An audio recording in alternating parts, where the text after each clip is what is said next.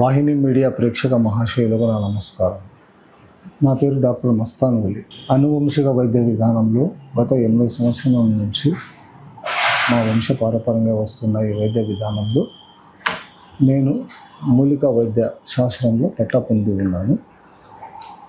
ఈరోజు టాపిక్ వచ్చేసి kidney stones, మూత్రపిండంలో రాళ్ళు లేదా మూత్రాశయంలో రాళ్ళు లేదా మూత్రనాళంలో రాళ్ళు. రాళ్ళు కిడ్నీలో ఉన్నా లేదా మూత్రాశయంలో ఉన్నా లేదా మూత్రనాళంలో ఉన్నా ఎక్కడ ఉన్నా కూడా వాటిని కరిగించే విధానం గురించి ఈరోజు నేను చెప్పబోతున్నాను. దానికి కావాల్సిన మూలికలు ఏవి, అది తయారు చేసుకోవడం ఎట్లా. ఫస్ట్ వచ్చేసి మనం ఉత్తరేణి వేర్లు తీసుకోవాలి. ఉత్తరేణి వేర్లు, ఈ ఉత్తరేణి వేర్లతో పాటు ఉప్పి వేర్లు, ఉప్పి చెట్టు ఉంటుంది కదా, ఆ ఉప్పి చెట్టు వేర్లు కూడా తీసుకోవాలి. దాంతోపాటు కొండపిండి వేర్లు, కొండపిండి వేర్లు కూడా మనకు ఈ అటవీ ప్రాంతంలో ఈ బయలు ప్రదేశాల్లో లభిస్తాయి. ఇవన్నీ కొండపిండి వేర్లు. దాంతోపాటు కొడిస పాల, కొడిస పాల అనేది కూడా మనకు లభించే వస్తువులే. ఉత్తరేణి వేర్లు, ఉప్పి వేర్లు, కొండపిండి వేర్లు, కొడిస పాల. వీటిని తెల్ల గలిజరాకు రసంలో నూరి, తెల్ల గలిజరాకు రసంలో నూరి ఆరబెట్టి మనం ప్రతిరోజు ఈ విధంగా తయారైనటువంటి పొడిని ఉదయము 1 స్పూన్ 1 కప్పు పాలలో కలుపుకొని తాగాలి. ఉదయం పరగడుపున. రాత్రి భోజనానికి ముందు 1 స్పూన్ పౌడర్ 1 కప్పు పాలలో కలుపుకొని తాగాలి. అనుపానీయం పాలే. ఈ మూలికా వైద్యంలో అనుపానంగా పాలనే వాడతాము. ఇంకొకసారి వీటి పేర్లు చెప్తాను. ఉత్తరేణి వేర్లు, ఉప్పి వేర్లు, కొండపిండి వేర్లు, ఒడిసె పాల.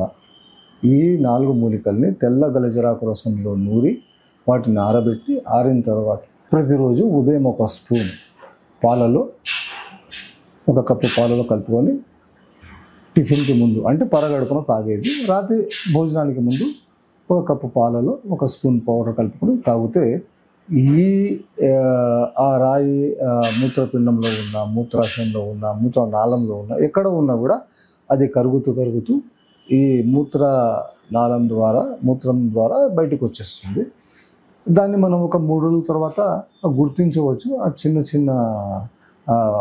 చిన్న మైక్రో లెవెల్ అంటే వడకల రూపంలో ఆ మూత్రంలో నుంచి ఆ రాళ్ళు వస్తూ ఉంటాయి. ఎందుకంటే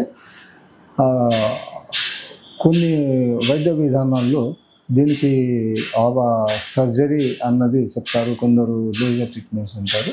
అయితే అది అవసరం ఉన్నప్పుడు చేయించుకోక తప్పదు. కానీ ఈ వైద్య విధానంలో ముందు ప్రయత్నించి మనము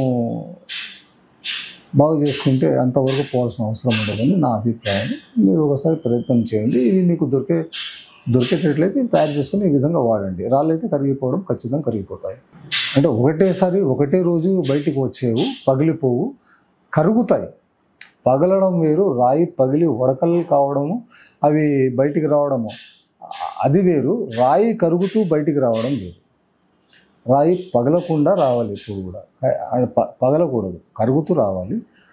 ఎందుకంటే అది రాయి పగిలిపోతే ఏమిటంటే వడకాయ మధ్యలో ఎక్కడైనా ఎదుర్కొంటే అది ఒక మళ్ళీ సైడ్ ఎఫెక్ట్ రావడానికి అవకాశం ఉంటుంది. కాబట్టి ఈ మూలికల ద్వారా ఈ విధంగా తయారు చేసుకున్న పౌడర్ని ఈ విధంగా పాలలో కలుపుకొని ఉదయం సాయంత్రం తాగితే రాయి కరుగుతూ వస్తూ బయటకు వచ్చేస్తుంది. మరలా అక్కడ రాయి ఏర్పడడానికి ఆస్కారం ఉండదు. ఎందుకంటే ఈ ఆయుర్వేదం అన్నది ఒక పర్మనెంట్ సొల్యూషన్స్ కొన్ని వైద్య విధానాల్లో ఇస్తుంది. కాబట్టి మళ్ళీ రాయి ఏర్పడడానికి అవకాశం ఉండదు. అయితే ఈ మూలికలు మీకు దొరికే పక్షంలో మీరు తయారు చేసుకోండి. ఒకవేళ మీకు దొరకనప్పుడు వీడియోలో కనబడుతున్న ఫోన్ నెంబర్లకు నాకు కాల్ చేయండి. మీకు కావాల్సిన పౌడర్ని మేము పంపించగలుగుతాము. మీ అవసరాన్ని బట్టి మీరు మీ మీకున్న లేదా మీ స్నేహితులు, మీ బంధువులు ఎవరికైనా సరే మీరు ఈ వీడియోని వాళ్ళకు కూడా షేర్ చేయండి. ఫేస్బుక్లో, ఇన్స్టాగ్రామ్లో పెట్టండి. అందరికీ ఇది ఉపయోగపడే చికిత్సా విధానం కాబట్టి మీరు మీరు దాన్ని ఉపయోగించుకోవచ్చు, ఇతరులు కూడా ఉపయోగించుకోవడానికి మీరు అవకాశం ఇచ్చినట్టు ఉంటుంది. అదైతే దీనికి పథ్యం అన్నది ఏమీ లేదు. పథ్యం లేకుండానే ఈ వైద్య విధానాన్ని మీరు పాటించవచ్చు. రాళ్ళు కరిగించుకొని ఆరోగ్యవంతులు కావచ్చు. ఇంతే. నమస్కారం.